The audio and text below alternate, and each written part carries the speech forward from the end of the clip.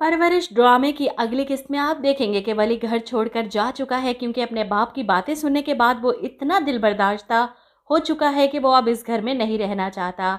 ऐसे में इसके दादा को अंदाज़ा हो चुका था, वो कुछ भी कह ले वली नहीं रुकेगा।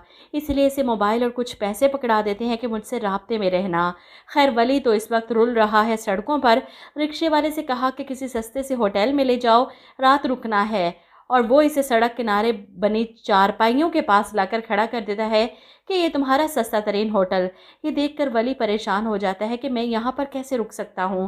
खैर घर से निकलने के बाद तकलीफ़ें तो ये भी सहेगा। और वहीं जहांगीर भी कोई खुश नहीं, लेकिन अपनी ज़िद पर अड़े हैं कि 2-4 दिन घर से बाहर रहेगा तो अकल ठिकाने आ जाएगी, वापस आएगा नाक रगड़ते हुए। इन्हें इस बात का यकीन था, लेकिन वली भी ज़िद का पक्का था, अपने बाप के जैसा वापस नहीं आएगा जब तक कुछ बन ना जाए। यहाँ पर महानूर की हालत ख़राब है अपने बेटे को इस तरह खोकर, और वहीं माया वो परेशान अलग वली के लिए सारी रात उसके लिए परेशान रही। और अगले दिन जब समीर से कहती है तुम प्लीज़ उसका पता करो, वो क्यों गया है, वो कहाँ होगा, वो फुटपाथ पर कैसे सोएगा, फुटपाथ पर अगर सो रहा होगा और गाड़ियाँ चल रही होंगी तो वो ट्रॉमेटाइज हो जाएगा, वो किस तरह से सरवाइव करेगा। अमल की परेशानी देखकर समीर हैरान होता है, अमल तुम पसंद करती हो वली को? और अमल यहाँ पर खामोश हो जाएगी। तब समीर को अंदाज़ा होगा कि वो सही समझ रहा है।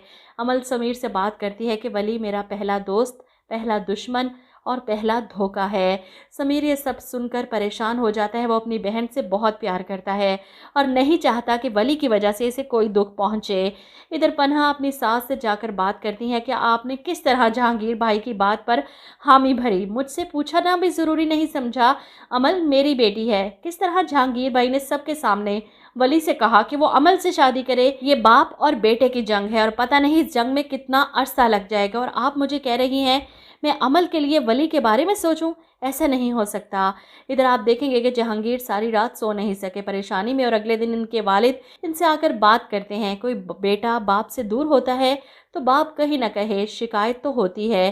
कहते हैं किसी भी तकलीफ़ का अंदाज़ा इस वक्त तक नहीं हो पाता जब तक वो अपने आप पर ना बीत जाए।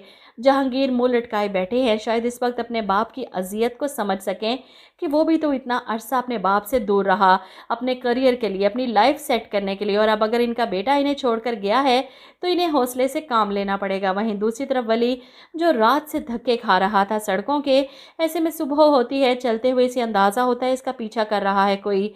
वो मुड़कर देखता है तो भागना शुरू कर देता है, लेकिन मुझे लगता है कि यूं धक्के खा खा कर वो किसी न किसी गाने बजाने वाले के हाथ तो ज़रूर लगेगा। वहाँ से अपना करियर का आगाज़ करेगा, छोटा मोटा गाना गाएगा, मशहूर होगा और फिर बड़े स्टेज तक पहुँचेगा। फ़िलहाल तो यूं ही सड़कों पर धक्के खा रहा है जब अचानक से जहांगीर साहब की गाड़ी के सामने आएगा। इसे देखकर जहांगीर साहब हैरान, लेकिन वली भी गुस्से में मुंह फेर लेगा, और यहाँ पर अपने बेटे की आंखों में मौजूद नफ़रत को देखकर वो डर जाएंगे। घर आकर महानूर से कहेंगे कि उसकी आंखों में जितनी नफ़रत मैंने देखी है अपने लिए, मैं तुम्हें बता भी नहीं सकता। डर गया, आज एक बाप अपने बेटे से डर गया। आप में से किस किस को लगता है कि जहांगीर साहब गलती पर हैं? वली के साथ जो कुछ हो रहा है इसके पीछे इसके बाप का हाथ है। औलाद को पैदा करना और फिर इसकी बात का रोब डालते हुए इसकी ज़िंदगी पर कब्जा करके इसकी सांसों को अपने मुताबिक चलाना क्या ठीक है? गलती किसकी है, बाप की या बेटे की? कमेंट करके ज़रूर बताइएगा।